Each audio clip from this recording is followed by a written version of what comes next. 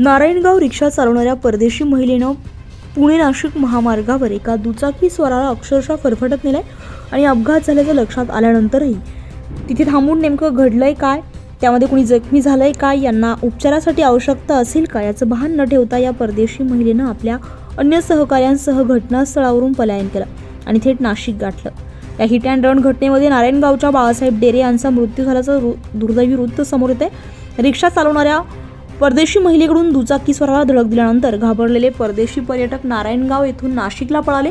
सध्या हे पाचही पर्यटक नाशिकमधील एका हॉटेलमध्ये मुक्कामी असून त्यामध्ये 3 पुरुष 2 महिलांचा समावेश आहे।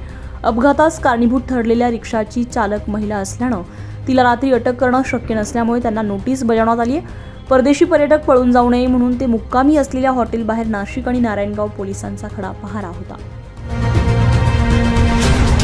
न्यूज पोलखोलसाठी नासिर पठाण, नाशिक।